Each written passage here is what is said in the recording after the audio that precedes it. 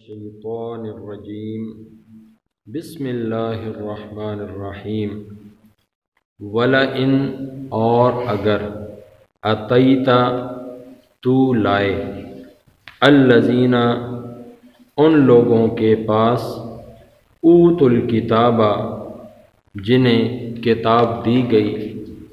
بکل آیت ہر ایک نشانی ما تبعوا تب بھی نہیں مانیں گے قبلتک تیرے قبلے کو وما انت بتابع اور نہ آپ مانیں گے قبلتہم ان کے قبلے کو وما بعضهم اور نہ ہی بعض ان میں سے بتابع ماننے والے ہیں قبلۃ بعض دوسروں کا قبلہ وَلَئِنْ اور اگر اتبعت تو نے تابعداری کی اہواءہم ان کی خواہشوں کی من بعد ما جاءک بعد اس کے کہ آ گیا تیرے پاس من العلم علم انک بے شک تو اذن اس وقت لمن الظالمین بے انصافوں میں سے ہوا الذین وہ لوگ کہ جن کو آتیناہم ہم نے کتاب دی الکتابہ کتاب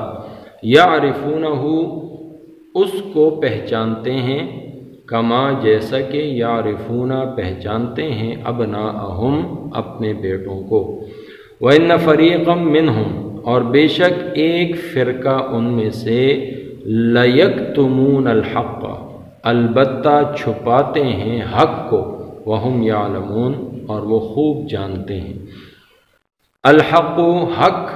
وہی ہے من ربک جو تیرا رب کہے فَلَا تَكُونَنَّ پس آپ مت ہو جائیے من الممترین شک کرنے والوں میں سے دوسرے پارے کا پہلا رکوع یہاں پر مکمل ہوا ان آیات میں اللہ جل جلالہ نے یہود نصارہ یعنی اہل کتاب کے ضد اور عناد کو بیان فرمایا ہے نبی کریم صلی اللہ علیہ وسلم اور صحابہ کرام جب مدینہ طیبہ میں 16-17 ماہ کے بعد بیت المقدس کی بجائے بیت اللہ شریف کی طرف رخ کر کے نماز پڑھنے لگے تو ان میں سے بعض اہل کتاب نے مسلمانوں سے کہا کہ اگر آپ واپس ہمارے قبلے کی طرف آ جائیں یعنی بیت المقدس کی طرف منہ کر کے نماز پڑھنا شروع کر دیں تو ہم آپ کو مان لیں گے آپ پر ایمان لے آئیں گے تو یہاں پر اللہ جل جلالہ نے واضح طور پر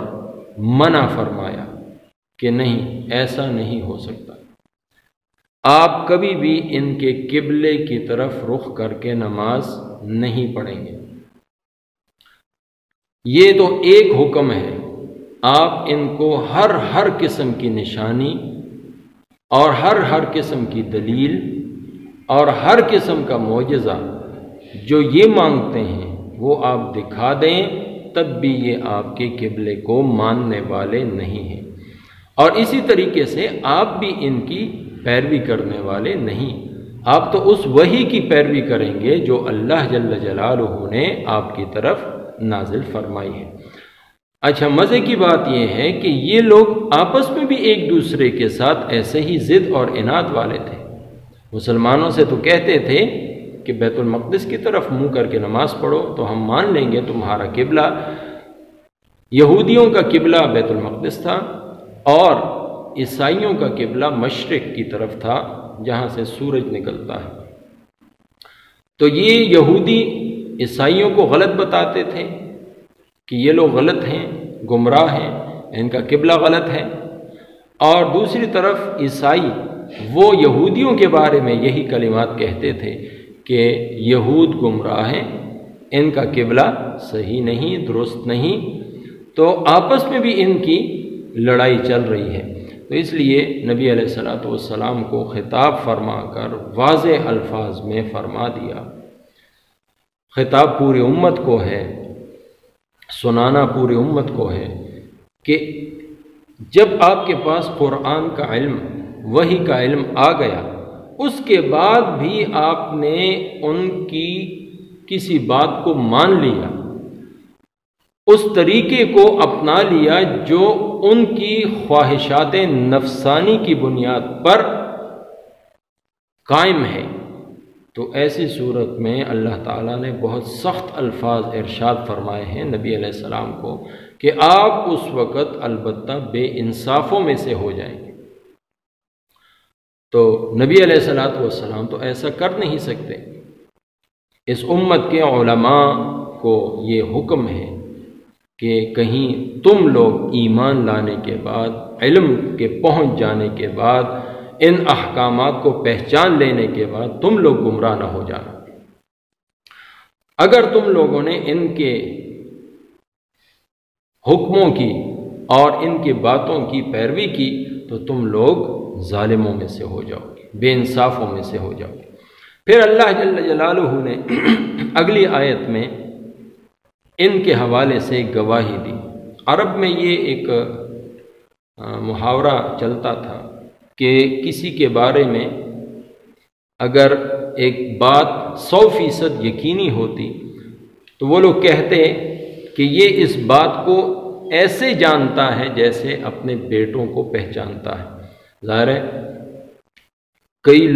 لوگ ہوں، بھیڑ ہو، اس میں انسان اپنے بیٹے کو پہچان لیتا ہے، بیٹے کو پہچاننے میں غلطی نہیں کرتا۔ تو اسی طریقے سے یہ لوگ نبی اکرم صلی اللہ علیہ وسلم کو، نبی علیہ الصلوۃ والسلام پر نازل ہونے والے قرآن کو اور نبی علیہ الصلوۃ والسلام پر یہ جو تحویل قبلہ کا حکم نازل ہوا ہے، یہ سب کچھ جانتے تھے۔ ان کو ان کے پیغمبروں نے بتایا تھا کہ آخری پیغمبر وہی ہوں گے جو ملت ابراہیمی پر ہوں گے اور حضرت ابراہیم علیہ السلام کے قبلے کی طرف منہ کر کے نماز پڑھنے والے ہوں گے۔ الحق من ربک فلا تکونن من الممترین۔ اس سے پہلے اللہ تعالیٰ نے فرمایا کہ یہ لوگ حق کو چھپانے والے ہیں۔